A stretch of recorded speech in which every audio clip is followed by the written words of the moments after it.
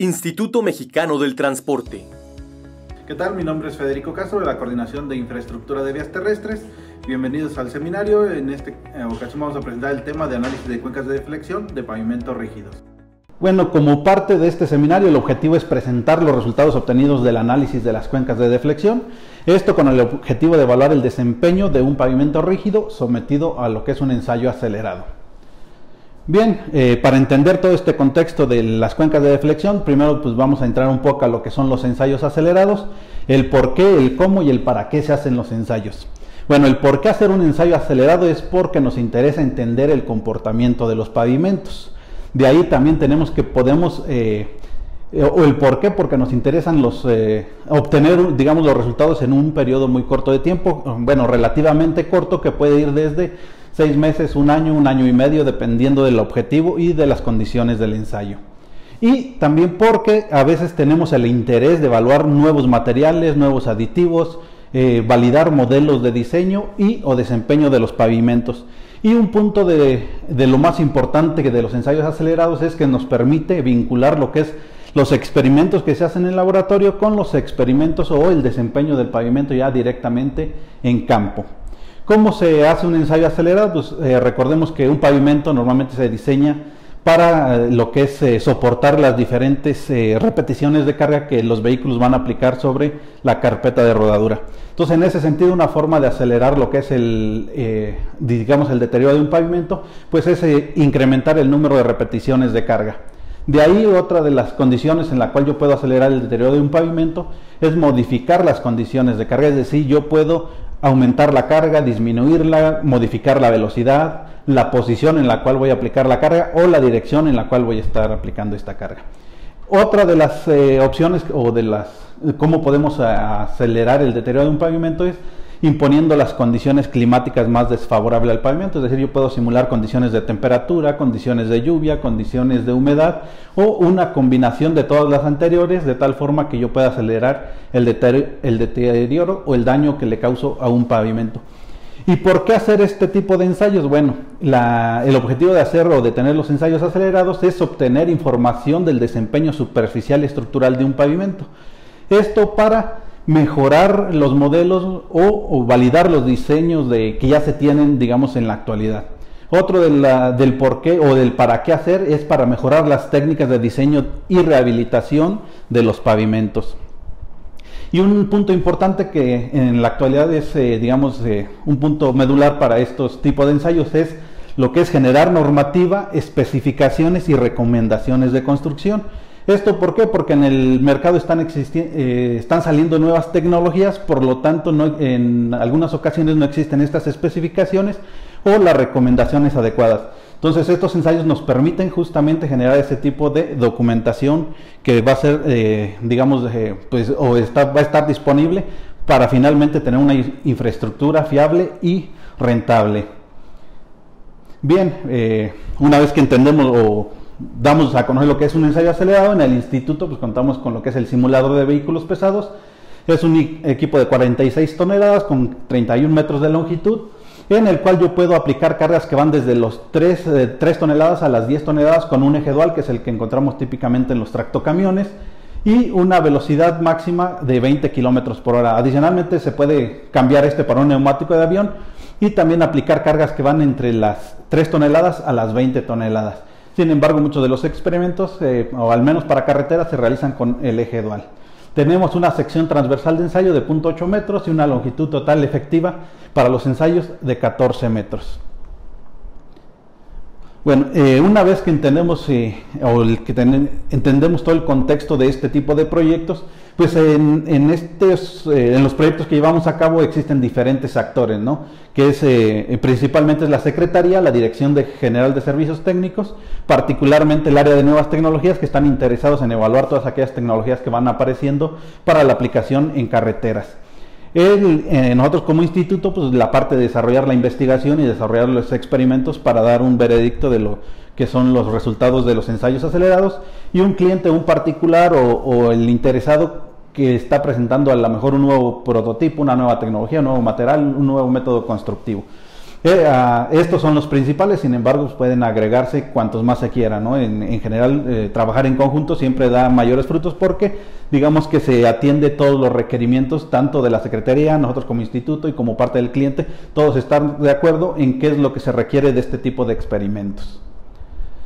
Y bien, una vez que pasamos esto, vamos a pasar a lo que es el tema de hoy, que es la parte del análisis de cuencas. Esto se realizó sobre una sección de concreto o de un pavimento rígido que está dividido en dos secciones. Tiene una longitud total de 30 metros, donde la mitad de esto está construido con un concreto simple y la otra mitad está reforzado con fibras. Toda la estructura y todas las características del concreto son exactamente lo mismo, lo único que cambia es uno es concreto simple y el otro tiene un refuerzo de fibras. Entonces esta es la única diferencia que existe. De ahí pues vamos a entender que lo que decíamos, el equipo tiene una sección efectiva de ensayo, que es la que vemos marcada en color amarillo, y tenemos dos franjas en color negro, que son las del punto de aplicación de carga. ¿Por qué aplicar la carga en este punto? Porque es la condición más desfavorable para el pavimento rígido, en este caso que vamos a evaluar. Recordemos que de todos este tipo de experimentos, pues lo interesante de aquí es toda la información que yo puedo recolectar de todo este tipo de ensayos. Entonces, para este caso en particular, lo que vamos a analizar son las cuencas de deflexión que se obtuvieron con unos instrumentos que se adaptaron y se modificaron para estar monitoreando la deflexión que sufre el pavimento, tanto el concreto simple como el concreto reforzado.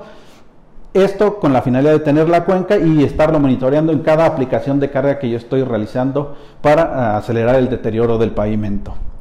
Entonces, en estas imágenes ustedes pueden ver ahí el instrumento que se adaptó y se diseñó para estar monitoreando de manera continua.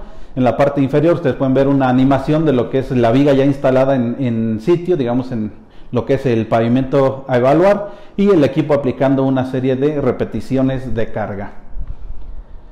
Si lo vemos de manera lateral, digamos, estaríamos viendo que el punto de aplicación de carga se va moviendo a todo lo largo de lo que es la sección a ensayar, y en la parte inferior tenemos el sistema de adquisición de datos que nos permite monitorear justamente cuál es la deflexión que está sufriendo el pavimento en cada una de las repeticiones de carga. En la figura de la parte derecha ustedes pueden ver lo que es el resultado que se obtiene de evaluar estas cuencas o evaluar esta deflexión superficial que sufre el pavimento. Bien. Toda esta información la vamos a comparar o vamos a hacer un poco con un análisis tradicional que normalmente se hace, que es con deflectómetro de impacto, y que es evaluar la eficiencia de la transferencia de carga. La transferencia de carga no es más que medir qué tan, digamos, si un pavimento sigue trabajando como un elemento en conjunto, es decir, un pavimento rígido está formado por n cantidad de losas.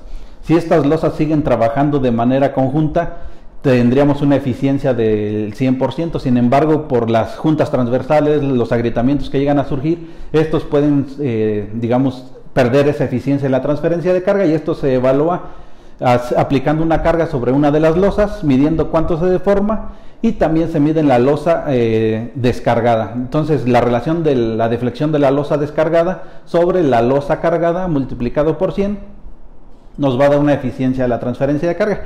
Si esta eficiencia está en el 70 al 100%, quiere decir que tiene una buena eficiencia en la transferencia de carga. Si está entre el 50 y el 70%, la eficiencia ya se considera, digamos, regular, y si está por abajo del 50%, ya tenemos una deficiencia en la transferencia de carga. Otro punto es el análisis de oquedades. Este análisis nos permite de cierta forma estimar si ya existen vacíos o huecos debajo de las losas. ¿Cómo se aplica esto? Bueno, se aplica igual con deflectómetro impacto. Se aplican 3 niveles de carga, mínimo 3 niveles de carga o 4 niveles. Para este caso estamos aplicando 4 niveles de carga. Se hace una línea de regresión. Si esa línea de regresión cruza en el eje X en más menos 3 milésimas de pulgada, se dice que existe baja probabilidad de que existan oquedades debajo de la losa evaluada. Si este punto o este cruce en el eje X está mayor a 3 milésimas de pulgada, se dice que existe una mayor probabilidad de que existan oquedades debajo de la losa evaluada. Entonces vamos a pasar a lo que es el análisis de las cuencas de deflexión. Estas cuencas de deflexión que nosotros estamos midiendo, recuerden, las obtuvimos con unos instrumentos que se adaptaron y se modificaron para tal fin. Sin embargo, la densidad de puntos que tenemos aquí, estamos monitoreando cada 10 milímetros, estamos obteniendo un punto de deformación. Por eso es que la curva o la cuenca de flexión se ve muy definida o se presentan muchos detalles. Al contrario que si obtenemos la cuenca con deflectómetro de impacto, solo obtendríamos puntos muy separados a cada 30 centímetros posiblemente. En este caso estamos obteniendo cada 10 milímetros y por lo tanto tenemos una cuenca completa que nos permite identificar un mayor número de regularidades o irregularidades que van surgiendo en la cuenca de deflexiones. En este caso solo vamos a presentar a partir de 5 millones de ejes equivalentes, que fue una segunda etapa del proyecto. En la primera etapa no se contaban con algunos de los instrumentos, por lo cual no se pudo monitorear desde el inicio del experimento. Sin embargo, en la pantalla ustedes pueden ver una gráfica con unas líneas punteadas. Esas son líneas que indican la parte de aparición de agrietamientos. La parte en color azul representa la parte de concreto reforzado, la parte gris representa la parte de concreto simple. Las líneas con doble marca representan lo que es las juntas transversales. Las líneas azules punteadas nos van a representar un poco la parte de lo que es los puntos donde se estuvo midiendo la deflexión. Y si se fijan en la cuenca color rojo, que es la parte de concreto con fibra, la cuenca presenta una forma muy regular, digamos es simétrica, está suavizada. Sin embargo, en la parte del concreto ya simple vemos algunas irregularidades, algunos cambios de pendiente que están señalados ahí digamos con un círculo color rojo. En esos puntos ya empezamos a ver una deficiencia, empezamos a ver unos cambios de pendiente o unas discontinuidades o irregularidades en la cuenca de deflexiones que normalmente no se presentarían en un pavimento, digamos, con buenas propiedades. A los 7 millones de ejes equivalentes volvemos a hacer la comparativa y si se fijan ya esas irregularidades se presentan con mayor, digamos, tienen unos cambios de pendiente más brutos y lo que tenemos es que justamente eso se suelen presentar en lo que es las juntas transversales y en los agrietamientos. Entonces estos cambios de pendiente para nosotros ya son indicadores de que algo está pasando en esos puntos y que hay que poner atención, sobre todo al momento de realizar las evaluaciones típicas o tradicionales con otras tecnologías. De ahí lo mismo podemos ver a los 9 millones de ejes equivalentes. Al final nosotros podemos ver que tenemos aquí ya alguna aparición de rizos en este punto, que ese es justamente si vemos en la parte de arriba tenemos ahí que ya existía un agrietamiento. En ese punto empezaron a aparecer lo que son estos rizos, las pendientes que tenemos en estos puntos empiezan a cambiar justo en la junta transversal, en la siguiente fisura y justo después también de la aparición de algunos de los agrietamientos que ya teníamos. Esto para el caso de concreto simple. Si se fijan, para el caso del concreto reforzado, a pesar de que ya se tiene un agrietamiento, al menos no alcanzamos a detectar que exista algún problema o alguna discontinuidad en ese punto, al menos no con este instrumento. De manera visual ya existía, sin embargo la cuenca seguía comportándose de manera normal. Para unos 11 millones de ejes equivalentes, si se fijan, la amplitud de la cuenca empezó a disminuir, ahora ya tenemos un nivel menor de deformación, pero los rizos que estaban ya apareciendo en la cuenca de concreto simple se hacen más de mayor amplitud y se extienden más a lo largo de la cuenca. Esto como indicador de que seguramente ya no estamos teniendo el contacto con la capa inferior, digamos, ya está vibrando toda la losa de la superficie. Cuando yo paso la aplicación de carga se queda vibrando y ya no presenta ese soporte que debería de tener en las capas inferiores. A los 13 millones de ejes equivalentes seguimos viendo ya el mismo comportamiento, este tipo de rizos siguen apareciendo y a los 14 millones de ejes equivalentes ese número de rizos se incrementa y se hace de mayor amplitud. Esto ahorita en un momento vamos a tratar de entenderlo un poquito mejor, pero entonces lo que diríamos de este tipo de cuencas, que si nosotros ponemos atención a ello, estos son indicadores de que del comportamiento estructural en general del pavimento. A los 15 millones de ejes equivalentes es digamos el valor máximo que ya que se tuvo lo que es en este experimento, en esta segunda etapa, son 15 millones. Y justamente en la parte de concreto simple lo que vemos ya de esos rizos son de mayor amplitud y más extendidos. Las cuencas y las pendientes en el comportamiento de la cuenca suelen ser mayores. Esto indica que justamente en el punto de medición solo se está deformando cuando la carga ya está muy cercana a ese punto. Esto es un indicador de que ya las losas que están a los costados ya no están transfiriendo la carga de manera adecuada. Por lo tanto, el punto de medición solo se va a enterar cuando la carga ya está muy cercana. Por ello es que vemos que esas pendientes ya son muy, digamos, el cambio es muy rápido. Bueno, si vemos, si comparamos todas las deflexiones o todas las cuencas que se midieron a lo largo del experimento, tenemos este resultado, esta gráfica, donde observamos diferentes amplitudes de cuenca. Sin embargo, para este caso no era tanto el objetivo presentar lo que son la amplitud de la cuenca, sino más enfocado a la forma que presenta la cuenca. Esto para lograr identificar justamente discontinuidades, agrietamientos o puntos de interés en el momento de hacer la revisión estructural de los pavimentos ya directamente en el ensayo acelerado. Entonces, como podemos ver, aquí tenemos diferentes amplitudes. Estos se midieron también en diferentes épocas. Este experimento fue alrededor de un año. Entonces, cada uno, digamos, cada cuenca cayó alrededor de cada mes y medio aproximadamente. Y de las tablas que veíamos a los costados de transferencia de carga y oquedades, como podemos ver, en el eje X tenemos el número de ejes equivalentes, en el eje de la Y tenemos la eficiencia en la transferencia de carga.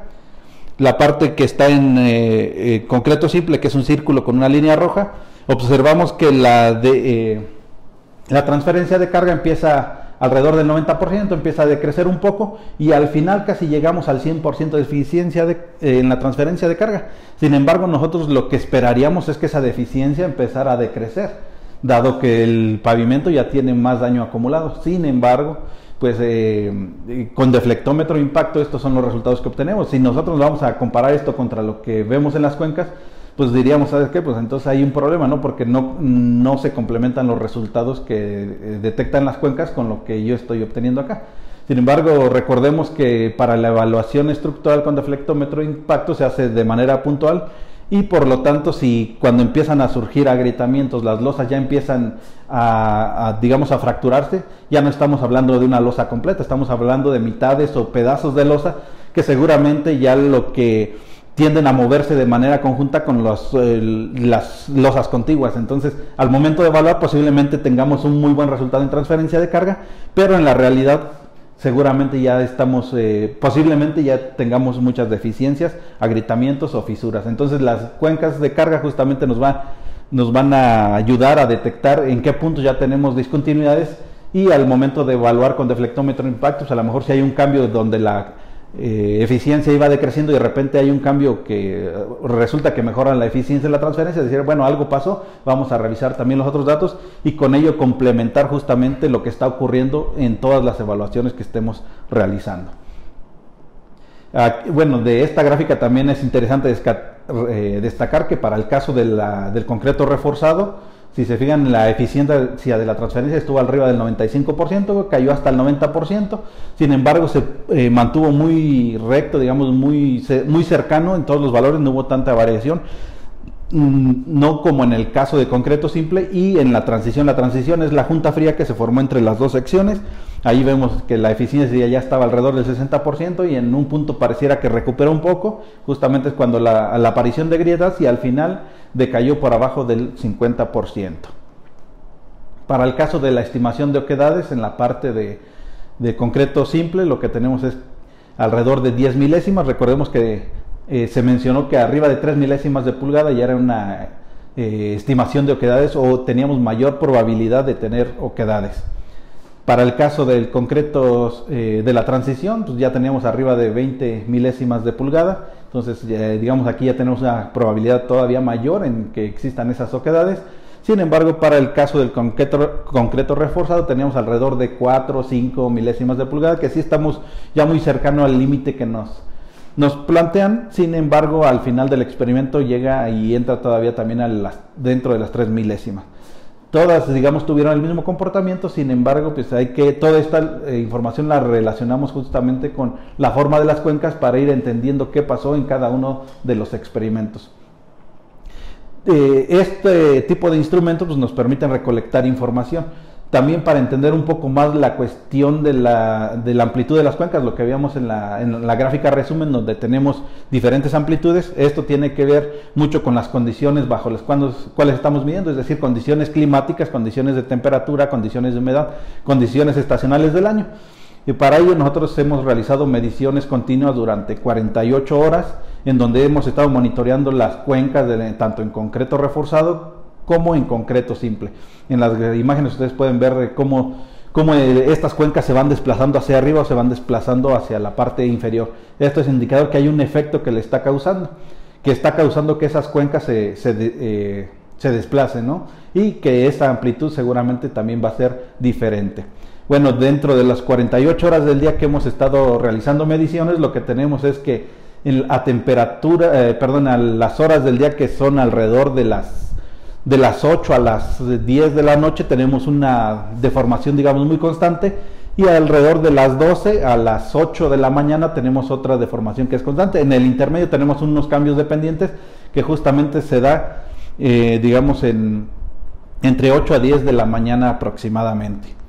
Si nosotros medimos la temperatura superficial, porque también se tiene instrumentado con sensores de temperatura a diferentes profundidades, en este caso estamos mostrando la temperatura de la superficie. Para el caso de cuando se hicieron la revisión o estas evaluaciones, llegamos a una temperatura mayor alrededor de 30 grados, alrededor de las 4 de la tarde. Temperaturas inferiores fueron de alrededor de 12 grados y se obtuvieron alrededor de las 6 y media de la mañana. Entonces lo que estamos teniendo aquí pues es el comportamiento de la superficie del pavimento. Si nosotros relacionamos lo que es la deflexión justamente con la temperatura, obtenemos este tipo de gráficas donde pareciera ser un ciclo de histéresis en cuanto a temperatura y deformación del pavimento. Entonces lo que tenemos aquí es que a temperaturas menores vamos a tener deflexiones mayores, y a temperaturas mayores vamos a tener menor deflexión. Esto, claro que estamos hablando del punto de medición particular de este experimento, que fueron al centro de las losas. Sin embargo, este comportamiento puede ser diferente si el punto de medición puede cambiar o cambian las condiciones también de carga.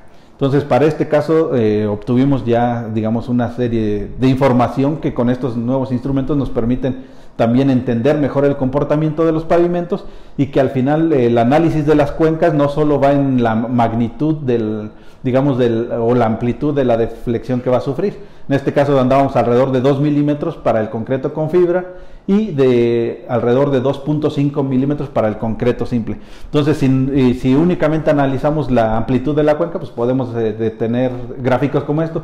Sin embargo, si nos vamos a análisis más detallados, podemos tener las gráficas anteriores que nos van a permitir identificar en toda la sección de ensayo si algo está ocurriendo o algo está pasando en cada una de las posiciones de la aplicación de carga. Bien, bueno, como conclusiones de todo este análisis y de todas estas cuencas, es que las observaciones y la exploración de datos de todos los instrumentos que nosotros instalamos en los ensayos acelerados, podemos proporcionar información para complementar las evaluaciones tradicionales de desempeño. La forma de las cuencas de deflexiones también es un indicador del estado estructural del pavimento, y la instrumentación en los ensayos acelerados da la posibilidad de recolectar información y con ella la oportunidad de mejorar el entendimiento del desempeño de los pavimentos. Es decir, con toda esta información nosotros podemos complementar de manera general todas las pruebas o las evaluaciones que ya normalmente se hacen. ¿Y esto con qué finalidad? Pues con la finalidad de evaluar nuevos materiales, nuevos aditivos, métodos constructivos, y particularmente las nuevas tecnologías que están surgiendo en el mercado y que quieren aplicarse a mejorar la infraestructura carretera. Bueno, de mi parte sería todo. Les agradezco por su atención. Muchas gracias. Instituto Mexicano del Transporte.